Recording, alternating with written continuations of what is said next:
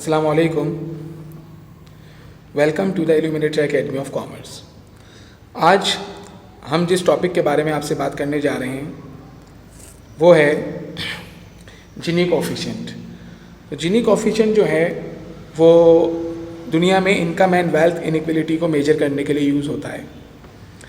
जैसा कि हमने आपको लास्ट लेक्चर में बताया था कि लॉरेंस कर्व की मदद से भी इनकम एंड वेल्थ इनइक्वलिटी को मेजर किया जा सकता है, लेकिन लॉरेंस कर्व के अंदर हम इनकम एंड वेल्थ इनइक्वलिटी को ग्राफिकली मेजर करते हैं, जबकि जीनी कोफिशिएंट के अंदर इनकम एंड वेल्थ इनइक्वलिटी को न्यूमेरिकली मेजर किया जाता है। मतलब एक नंबर जनरेट होता है जो कि हमें ये बताता है कि कितनी इनकम एंड वेल्थ इनइक्वलिटी पाई जाती है। तो आइए देखते हैं कि हमें इस लेक्चर में कौन कौन से ऑब्जेक्टिव्स कवर करने हैं। तो सबसे पहले हमें ये पढ़ना है कि जीनी कोफिशिएंट होता क्या है, यानी जीनी कोफिशिएंट को जीनी इंडेक्स, जीनी रेशियो भी कहते हैं, और इसको डेवलप किसने किया। उसके बाद हमें ये देखना है कि जीनी कोफिशिएंट अगर कंप्यूट कर लिया जाए तो जीनी कोफिशिएंट क्या हमें कम्युनिकेट करता है, मतलब जीनी कोफिशिएंट का आंसर हमें क्या बताएगा किसी मुल्क के बारे में। तीसरी बात हमें डिस्कस करनी है कि जीनी कोफिशिएंट कैलकुलेट कैसे होता है, लेकिन जीनी कोफिशिएंट कैलकुलेट करने से पहले हमें ये देखना पड़ेगा कि रेक्टेंगुलर शेप, स्क्वायर शेप और ट्रायंगल शेप जो होता है उसकी एरिया की कैलकुलेशन किस तरीके से होती है। फिर हम जीनी कोफिशिएंट को कंप्यूट करेंगे और फिर ये देखा जाएगा कि जीनी कोफिशिएंट जो है वो वर्ल्ड वाइड कौन कौन सी कंट्रीज में क्या क्या पाया जाता है। तो आइए देखते हैं कि जीनी कोफिशिएंट क्या होता है। तो जीनी कोफिशिएंट को डिफाइन कर रहे हैं हम। तो जीनी कोफिशिएंट जो है वो इनकम एंड वेल्थ इनइक्वलिटी को मेजर करने के लिए जो मैथमेटिकल मेजर यूज़ होता है, इसको कोराडो जीनी ने डेवलप किया। उसने कहा कि भाई आप क्या करेंगे, एक सिंगल नंबर जनरेट करेंगे और वो सिंगल नंबर मेजर होगा इनकम एंड वेल्थ इनइक्वलिटी को मेजर करने के लिए। इससे हमें ये मालूम चलेगा कि जो इक्वल डिस्ट्रीब्यूशन है उससे हमारे मुल्क की जो इनकम एंड वेल्थ डिस्ट्रीब्यूशन है वो कितना डेविएट करती है। मतलब हमारे मुल्क के अंदर जो इनकम एंड वेल्थ डिस्ट्रीब्यूशन है वो कितना इक्वल डिस्ट्रीब्यूशन से दूरी इख्तियार करके रखी हुई है, ये हमें कौन बताता है, जीनी कोफिशिएंट का जो इंडेक्स होता है वो। तो यानी जीनी कोफिशिएंट हमें बताता है। तो ये किस तरीके से होता है, एक नंबर किस तरीके से हमें बताता है, ये हमें इस लेक्चर में देखना है। लेकिन उससे पहले हम जीनी कोफिशिएंट को एनालाइज करेंगे, यानी जीनी कोफिशिएंट का आंसर हमें क्या क्या बता सकता है उस बारे में हम देखेंगे। तो यहाँ पर देखें आप कि जीनी कोफिशिएंट की रेंज जो है वो 0 से लेके 1 तक हो सकती है। मतलब कि जीनी कोफिशिएंट या तो 0% होगा या फिर जीनी कोफिशिएंट 100% होगा। अब 0% क्या शो करता है, 0% ये शो करता है कि हमारे मुल्क में परफेक्ट इक्वलिटी पाई जाती है। मतलब कि हमारे मुल्क में जो सिटीजन्स हैं उन सबकी इनकम इक्वल है, बिल्कुल इक्वल, तो फिर जीनी कोफिशिएंट 0 आएगा। लेकिन अगर जीनी कोफिशिएंट जो है वो 1 आ रहा है तो इसका मतलब क्या होगा कि हमारे मुल्क के अंदर परफेक्ट इनइक्वलिटी पाई जाती है। परफेक्ट इनइक्वलिटी मतलब कि एक पर्टिकुलर क्लास के पास सारी की सारी इनकम आ गई। इसी चीज़ को आगे देखें, नीचे बयान किया गया कि जीनी कोफिशिएंट अगर 1 होगा तो जीनी कोफिशिएंट के 1 होने का मतलब है कि पर्टिकुलर क्लास के पास सारी की सारी इनकम आ गई और बाकी लोग जो है उनके पास कुछ भी नहीं है, तो परफेक्ट इनइक्वलिटी आ जाएगी। जबकि 0 क्या शो करता है, अगर जीनी कोफिशिएंट 0 हो तो इसका मतलब होगा कि हर किसी की सेम इनकम है, यानी मुल्क के अंदर इनकम एंड वेल्थ इक्वलिटी पाई जाती है। तो लेकिन जीनी कोफिशिएंट का आंसर है वो सिर्फ 0 या 1 नहीं आता, बल्कि उसके दरमियान में भी आ सकता है। जैसे कि अगर जीनी कोफिशिएंट का आंसर जो आ रहा है वो 0 के करीब पाया जा रहा है, 1 से दूर है, इसका मतलब है कि हम इक्वलिटी के करीब करीब हैं, यानी इनकम इक्वलिटी के करीब करीब हैं। और अगर जीनी कोफिशिएंट का आंसर 1 के करीब है और 0 से दूर है, इसका मतलब है हम इनकम इनइक्वलिटी के करीब करीब पाए जाते हैं। जैसे कि देखिए नीचे बयान किया गया है कि अगर जीनी कोफिशिएंट 80% हो तो इसका मतलब होगा कि 20% ऐसी पॉपुलेशन है जिसने 80% पॉपुलेशन की इनकम अपने पास रखी हुई है। यानी 80% पॉपुलेशन की जितनी भी इनकम है वो 20% पॉपुलेशन हासिल कर रही है, यानी इनकम एंड वेल्थ इनइक्वलिटी ज़्यादा है हमारे मुल्क में। ये 0.8 शो कर रहा है। अगर ये 0.9 हो जाए तो इसका मतलब होगा 10% जो हमारे पास लोग हैं वो 90% लोगों की इनकम को कंटेन करके बैठे हुए हैं हमारे मुल्क के अंदर। अब जीनी कोफिशिएंट जो है उसको कंप्यूट करने के लिए हमें लॉरेंस कर्व का सहारा लेना पड़ता है। मतलब लॉरेंस कर्व जो है वो हमें जीनी कोफिशिएंट की कैलकुलेशन करवाएगा। तो लास्ट लेक्चर में लॉरेंस कर्व के बारे में बताया कि लॉरेंस कर्व जो है वो ये है, ये लॉरेंस कर्व है और इसके ऊपर ये जो लाइन है ये परफेक्ट इक्वलिटी की लाइन होती है, जबकि ये जो हमारे पास वाई एक्सिस तो एक्स एक्सिस है, ये किसको शो करता है? परफेक्ट इनइक्वलिटी को, मतलब ये परफेक्ट इनइक्वलिटी है। जबकि ये जो हमारी लाइन है ये परफेक्ट इक्वलिटी को शो करती है, ये पूरा जो एक्सिस है ये परफेक्ट इनइक्वलिटी को शो करता है। तो जितना ज़्यादा ये लॉरेंस कर्व परफेक्ट इक्वलिटी के करीब करीब पाया जाएगा उतने मुल्क के अंदर इनकम एंड वेल्थ इक्वलिटी होगी। और जितना कर्व ये हमारे पास जाएगा किसकी तरफ? ओरिजिन की तरफ, यानी एक्स एक्सिस वाई एक्सिस की तरफ जाएगा, उतना ज़्यादा मुल्क के अंदर इनइक्वलिटी पाई जाएगी इनकम एंड वेल्थ की। तो लॉरेंस कर्व का क्योंकि सहारा लेना पड़ता है जिनी कोफिशिएंट को समझने के लिए, इसी वजह से आप लॉरेंस कर्व वाली वीडियो लाजमी देखें ताकि इसकी अंडरस्टैंडिंग आपकी आसानी से डेवलप हो सके। अब यहाँ पर देखें आपको जिनी कोफिशिएंट दिखाया गया, वो दिखाया गया लॉरेंस कर्व। तो लॉरेंस कर्व यहाँ दरमियान में मौजूद है और इसके अलावा ये परफेक्ट इक्वलिटी लाइन है जो कि 45 डिग्री है। और ये जो हमारे पास लाइन जो हम बनाई जा रही है ये हमारे पास शो कर रही है किसको? परफेक्ट इनइक्वलिटी को। तो यहाँ पर 4 ग्राफ जो है इस अंडरस्टैंडिंग को डेवलप करने के लिए दिए गए हैं कि अगर ये हमारे पास जो लाइन है, ये वाली लाइन, ये लाइन क्योंकि परफेक्ट इक्वलिटी लाइन है और इसी के ऊपर अगर हमारा लॉरेंस कर्व पाया जाता है, इसका मतलब क्या हुआ कि हमारे मुल्क के अंदर इनकम इक्वलिटी है, परफेक्ट इक्वलिटी पाई जा रही है। और अगर लॉरेंस कर्व देखें, ये हमारी परफेक्ट इक्वलिटी की लाइन है दूसरे ग्राफ में और लॉरेंस कर्व उससे दूर चला गया, तो ये दूर चला गया तो इसका मतलब है अब आंसर 0 नहीं आएगा, 0 से बड़ा आएगा। कैसे आएगा ये आगे आपको कैलकुलेशन दिखा रहे हैं। और इनकम एंड वेल्थ अनइक्वल हो चुकी है यहाँ पे, लेकिन अभी थोड़ा दूर गई है। और अगर ज़्यादा दूर चले जाए, थर्ड ग्राफ में देखिए आप ज़्यादा दूर चले गई, तो ज़्यादा दूर जाने की वजह से इनकम एंड वेल्थ इनइक्वलिटी और ज़्यादा हो गई। और अगर हमारा लॉरेंस कर्व बिल्कुल एक्स एक्सिस वाई एक्सिस पर चले जाए इस तरीके से, फोर्थ ग्राफ में देखें, तो इनकम इनइक्वलिटी और ज़्यादा बढ़ जाएगी। इसी वजह से यहाँ पर जो है G1 में 0 बोले गया है, G2 में मोर देन 0, G3 में मोर देन G2, यानी और ज़्यादा इनइक्वलिटी हो गई। और G4 में 1 हो गई, मतलब कि इनइक्वलिटी सबसे ज़्यादा पाई जा रही है। अब लॉरेंस कर्व की मदद से जिनी कोफिशिएंट को कंप्यूट करने के लिए ये फार्मूला यूज होता है। अब इस फार्मूले में देखें क्या बयान किया गया है। फार्मूले में बयान किया गया है कि A को डिवाइड कर दें A प्लस बी से। अब A क्या है, B क्या है और A प्लस बी क्या है, इसके लिए आप जो है इसमें देखें इस ग्राफ में, ये जो ग्राफ है इसके अंदर इन्होंने ए एरिया को शो किया। ये पूरा जो एरिया है ये ए एरिया है। ए एरिया जो है वो लॉरेंस कर्व से ऊपर और जो परफेक्ट इक्वलिटी लाइन है उससे नीचे वाला एरिया कहलाता है। ये एरिया ये शो करता है कि कितना लॉरेंस कर्व जो है वो परफेक्ट इक्वलिटी लाइन से दूर पाया जा रहा है। जबकि जो बी एरिया है वो ओरिजिन और लॉरेंस कर्व के दरमियान का एरिया है। जितना ज़्यादा ए एरिया ज़्यादा बढ़ेगा, ए एरिया जितना बढ़ेगा उतना ज़्यादा लॉरेंस कर्व परफेक्ट इक्वलिटी से दूर चला जाएगा और इनइक्वलिटी आ जाएगी। और जितना ज़्यादा लॉरेंस कर्व हमारे पास ओरिजिन की तरफ आएगा उतना ज़्यादा हमारे पास इनइक्वलिटी आएगी। तो लॉरेंस कर्व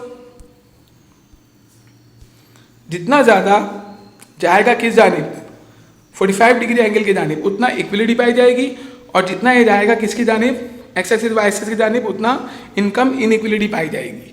तो हम क्या करते हैं, हमें मालूम है कि ये पूरा एरिया कौन सा है, ये पूरा एरिया है, ये जो ट्राइंगल है ये हमारा पूरा एरिया है।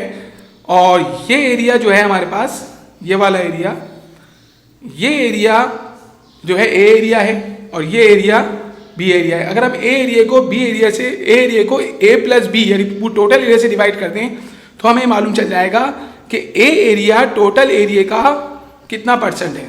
तो इस तरीके से हम ये मालूम कर सकते हैं कि जो ए एरिया है वो क्योंकि लॉरेंस कर्व के करीब होने को शो कर रहा है कि वो 45 डिग्री एंगल से, 45 डिग्री जो लाइन है उससे कितना करीब है, इसी वजह से हम ए एरिया की परसेंटेज टोटल एरिया पे निकाल लेते हैं और हमें मालूम चल जाता है कि जो ए एरिया है वो जो लॉरेंस कर्व है वो कितना ज़्यादा जो है एक परफेक्ट इक्वलिटी से करीब पाया जाता है। इस वजह से ये फार्मूला बनाया गया है कि ए को डिवाइड कर दें ए प्लस बी से। और यहाँ पे बयान भी कर दिया कि ए का मतलब क्या है, लॉरेंस कर्व के ऊपर वाला एरिया, और बी का मतलब है लॉरेंस कर्व के नीचे वाला एरिया। लेकिन ये जो एरिया है इसकी कैलकुलेट करना पड़ता है। जैसे आपको यहाँ एरिया नज़र आ रहा है, ये जो एरिया है इसे कैलकुलेट करना पड़ेगा आपको। यानी टोटल एरिया जो है, ये पूरा टोटल एरिया, इसकी कैलकुलेशन कैसे की जाती है। ये जो बी एरिया है जो कि ये एरिया है आपके सामने, इस एरिया की कैसे कैलकुलेशन की जाएगी और जो ए एरिया है उसकी कैलकुलेशन कैसे की जाएगी, इसके लिए आपको ये देखना पड़ेगा कि रेक्टेंगुलर और ट्रायंगल शेप की कैसे कैलकुलेशन की जाती है। तो यहाँ पर देखें बताया जा रहा है कि रेक्टेंगुलर शेप की आप कैसे कैलकुलेशन करेंगे। तो ये रेक्टेंगुलर शेप आपके सामने नज़र आ रहा है। इसमें आप क्या करेंगे, लेंथ और विड्थ को आपस में मल्टीप्लाई कर लेंगे तो आपके पास एरिया निकल जाएगा टोटल। तो इसमें यहाँ पे नीचे एग्जाम्पल भी दी गई है कि 5 सेंटीमीटर को अगर 11 सेंटीमीटर से हम मल्टीप्लाई कर लें तो हमारा टोटल एरिया निकल गया 55 स्क्वायर सेंटीमीटर। ये देखें आपको आंसर नज़र आ रहा है। तो ये एरिया को कैलकुलेट करने का तरीका है किसमें, रेक्टेंगुलर में और स्क्वायर शेप में। जब तक अगर ट्राइंगल में आपको एरिया कैलकुलेट करना है तो उसका तरीका क्या है कि आप क्या करेंगे कि जो आपके पास ये ट्राइंगल है, ये आपका ट्राइंगल है, इस ट्राइंगल में ये आपकी हाइट है और ये आपकी बेस है। तो आप हाइट को बेस से मल्टीप्लाई करेंगे और उसको आधा कर लेंगे। आधा क्यों कर लेंगे, आधा इस वजह से कर लेंगे क्योंकि ये पूरा ट्राइंगल नहीं है। अगर ये पूरा ट्राइंगल ऐसे होता, पूरा का पूरा ये स्क्वायर नहीं है, अगर ये पूरा स्क्वायर होता तो फिर हमारे पास ये एरिया ट्राइंगल का और ये एरिया ट्राइंगल का, दो ट्राइंगल हो जाते।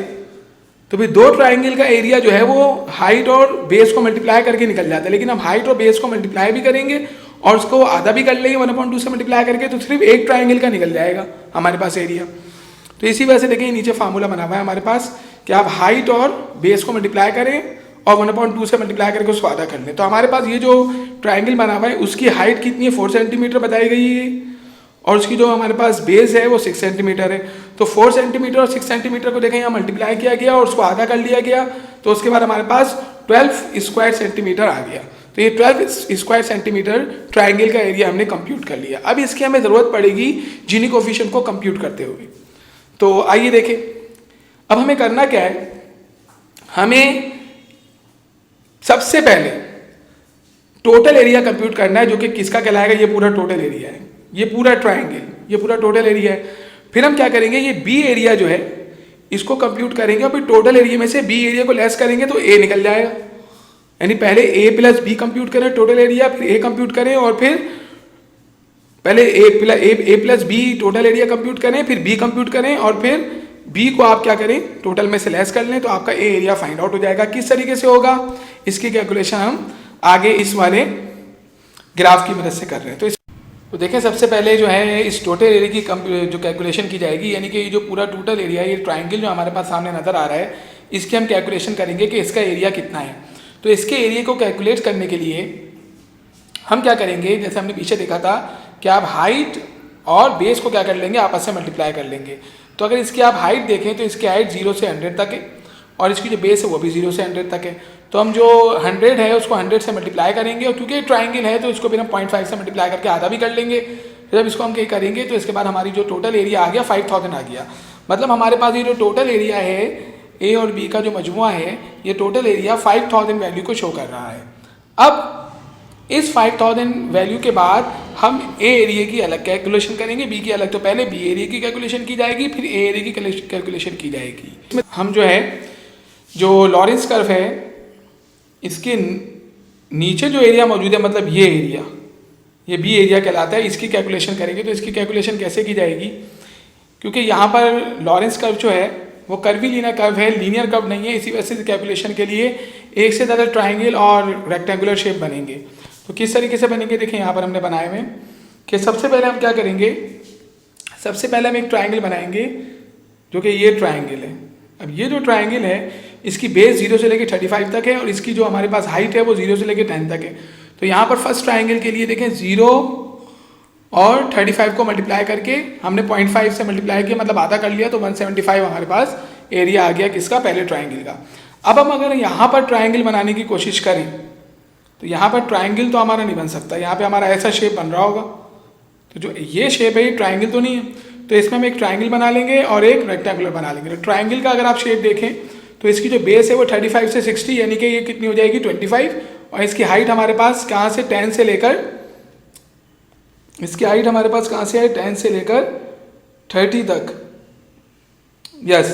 तो इसकी जो हाइट है वो 20 हो जाएगी। तो फिर हम क्या करेंगे 25 और 20 को मल्टीप्लाई करके आधा कर लेंगे तो वैल्यू कितनी आ जाएगी 25। दूसरे ट्राइंगल की वैल्यू आ गई है। अब तीसरा ट्राइंगल, अब यहाँ पर जो हमारे पास एरिया बचा है ये भी कोई ट्राइंगल तो नहीं बन रहा, तो यहाँ पर एक ट्राइंगल और एक हमारे पास क्या बन जाएगा, रेक्टेंगुलर शेप। तो इस ट्राइंगल को अगर हम देखें तो इसकी बेस 60 से लेकर 100 तक है, मतलब इसका डिफरेंस 40 आ जाएगा। ये जो डिफरेंस है इसका 40 आ जाएगा और इसकी जो हाइट है वो हमारे पास 30 से लेके 100 तक है, मतलब एरिया 70 आ जाएगा। और 70 को 40 से मल्टीप्लाई करके उसका हाफ ले लेंगे तो 1400 हमारे पास वैल्यू आ गई इस ट्राइंगल की। तो तीनों ट्राइंगल की वैल्यू निकल गई। पहले ट्राइंगल की वैल्यू निकल गई 175, दूसरे ट्राइंगल की वैल्यू निकल गई यहाँ पर 250 और तीसरे ट्राइंगल की वैल्यू निकल गई 1400। अब हम रेक्टेंगुलर शेप की वैल्यू निकालेंगे। तो रेक्टेंगुलर हमारे पास दो हैं, तो एक तो रेक्टेंगुलर शेप हमारे पास ये है, यानी एक रेक्टेंगुलर शेप हमारे पास ये है और एक रेक्टेंगुलर शेप हमारे पास ये है। तो फर्स्ट रेक्टेंगुलर शेप की ये कैलकुलेशन है, सेकंड की ये की हुई है। फर्स्ट के अंदर क्या करेंगे, जो हमारे पास बेस है वो 35 से 60, तो ये कितना हो जाएगा हमारे पास 25, और इसकी जो हाइट है वो कितनी है हमारे पास 0 से लेकर 10, तो इसको हम मल्टीप्लाई करेंगे तो हमारे पास वैल्यू आ जाएगी 250। और यहाँ पर रेक्टेंगुलर शेप जो है इसकी वैल्यू 60 से 100 हमारे पास बेस आ रही है, तो ये 40 हो जाएगा, और 0 से लेकर 30 तक आ रहा है, तो इसको 40 को 30 से मल्टीप्लाई करेंगे तो 1200 आ जाएगा। इस तरीके से हमारी रेक्टेंगुलर शेप की जो वैल्यूज आ गई वो 250 एंड 1200 आ गया। अब हम क्या करेंगे, जो ये तीन ट्राइंगल की वैल्यूज हैं और ये जो हमारे पास दो रेक्टेंगुलर शेप की वैल्यूज हैं, इन पांचों को सम कर लेंगे तो हमारे पास टोटल 3275 आ गया, जो कि ये पूरा जो हमारे पास लॉरेंस कर्व के नीचे वाला एरिया है यानी बी एरिया, इसकी कैलकुलेशन हो गई। अब हमारे पास तीनों एरियाज की कैलकुलेशन मौजूद है। किस तरीके से कि हमने क्या किया है, हमने ए बी एरिया की कैलकुलेशन निकाली थी 5000, बी एरिया की हमने कैलकुलेशन निकाली कितनी 3275। अब हम टोटल एरिया में से यानी 5000 में से 3275 को लेस करके ए एरिया की कैलकुलेशन निकाल लेंगे। अब यहाँ पर हमारे पास तीनों एरियाज की कैलकुलेशन मौजूद है जो कि जिनी कोफिशिएंट को कंप्यूट करने में यूज होगी। टोटल एरिया की कैलकुलेशन ये रही, बी एरिया की कैलकुलेशन ये रही, और टोटल एरिया में से बी एरिया को लेस करके हमने ए एरिया की कैलकुलेशन निकाल ली। लेकिन हमें जो जिनी कोफिशिएंट कंप्यूट करना है उसके लिए हम क्या करेंगे, हम ए एरिया को डिवाइड करेंगे किससे, टोटल एरिया से, यानी इस वाले एरिया की जो हमारे पास कैलकुलेशन है इसको हम टोटल से डिवाइड करेंगे। तो यही नीचे किया गया है, 1725 को 5000 डिवाइड किया, जिनी कोफिशिएंट आ गया 0.345, जो कि 0 के करीब है, 1 से दूर है। इससे शो हो रहा है कि हमारे पास इक्विलिटी ज़्यादा है, इनइक्विलिटी कम है, यानी ये जिनी कोफिशिएंट का आंसर जो है ये शो कर रहा है। इस तरीके से आप किसी भी कंट्री का जिनी कोफिशिएंट कंप्यूट कर सकते हैं, लेकिन इसके लिए पहले आपको लॉरेंस कर्व की जो है वो कंस्ट्रक्शन करनी पड़ेगी, और उसके लिए आपको परसेंटेज ऑफ कम्युलेटिव पॉपुलेशन और परसेंटेज ऑफ कम्युलेटिव इनकम का डाटा चाहिए। तो यहाँ पर हमने ये सीख लिया कि किस तरीके से जिनी कोफिशिएंट कंप्यूट होता है। अब यहाँ पर देखें वर्ल्ड वाइड जिनी कोफिशिएंट की फिगर्स दी गई हैं करेंटली। तो जो हमारे पास अगर हम देखना चाहें अपने पाकिस्तान को, तो पाकिस्तान जो है वो लाइट ग्रीन में आ रहा है, ये लाइट ग्रीन पाकिस्तान आ रहा है। तो लाइट ग्रीन की जो वैल्यू है वो कितनी है 30 to 35, तो पाकिस्तान का जो इंडेक्स है वो 30 to 35 के दरमियान है, 30 पॉइंट समथिंग पाकिस्तान का जो है वो जीनी इंडेक्स है। तो इस तरीके से आप किसी भी मुल्क का जीनी इंडेक्स देख सकते हैं। जैसे कि ब्राउन नज़र आ रहा है 60 to 66, तो ये तो 1 के ज़्यादा करीब आ रहा है, मतलब 100% के करीब है, तो ये इनइक्विलिटी को शो कर रहा है। और ये जो कंट्री है, जो भी कंट्री है, इसमें इनइक्विलिटी ज़्यादा पाई जाती है। इस तरीके से आप जिनी कोफिशिएंट जो है वो जो कैलकुलेटेड है दुनिया में, उसको भी आप फाइंड आउट कर सकते हैं, और डाटा लेके खुद भी लॉरेंस कर्व बनाकर जिनी कोफिशिएंट को कंप्यूट कर सकते हैं। तो पाकिस्तान का जो जिनी इंडेक्स है वो ऐसा ऐसा कम होता चला जा रहा है, मतलब कि 0 के करीब करीब ज़्यादा चला जा रहा है। इसका मतलब है पाकिस्तान में इनकम इनइक्विलिटी कम हो रही है और इक्विलिटी बढ़ रही है। जैसे कि आपको यहाँ पे शो हो रहा है कि 2017 में जिनी इंडेक्स कितना था 37.360, और अब हो गया 36.20, यानी जिनी कोफिशिएंट कमी आई है इसमें 3.72%, और मजीद भी कमी आ गई है। पाकिस्तान का जिनी इंडेक्स है वो 30 से थोड़ा सा ज़्यादा है। इसका मतलब क्या हुआ कि जिनी कोफिशिएंट जो है अगर हमें मालूम हो तो हम इनकम एंड वेल्थ जो इनइक्विलिटी है और या फिर इक्विलिटी उसको फाइंड आउट कर सकते हैं। तो लॉरेंस का जिनी कोफिशिएंट कॉम्बिनेशन में यूज़ होते हैं। तो यहाँ हमें समझ में आ गया कि किस तरीके से हम जिनी कोफिशिएंट को कंप्यूट कर सकते हैं, वो क्या बताता है। तो इंशाअल्लाह अब हम नेक्स्ट वीडियो में ये देखेंगे, ये जो जिनी कोफिशिएंट है इसमें तो हमने ये देखा ना लॉरेंस का वो जिनी कोफिशिएंट में कि एक मुल्क के अंदर इनकम इक्विलिटी और इक्विलिटी को कैसे देखते हैं। लेकिन अगर आप दो कंट्रीज़, एक से ज़्यादा कंट्रीज़ के दरमियान जो है वो आप ये देखना चाहते हैं कि उनके दरमियान इनकम में कितना डिफरेंस है, तो उसके लिए हम जीडीपी पर कैपिटा को देखते हैं। तो हम जीडीपी या जीएनपी पर कैपिटा इनकम, यानी पर कैपिटा इनकम कैसे निकाली जाती है, कैसे उसको कंपेयर किया जाता है, क्या वो शो करती है, ये नेक्स्ट लेक्चर में इंशाल्लाह देखेंगे। तो अगर आप जो है उस लेक्चर को देखना चाहते हैं तो वेट करें थोड़ा, और लाइक एंड सब्सक्राइब लाजमी करें। इंशाल्लाह मिलते हैं नेक्स्ट वीडियो के साथ। अस्सलाम वालेकुम वरहमतुल्लाहि वबरकातुहू।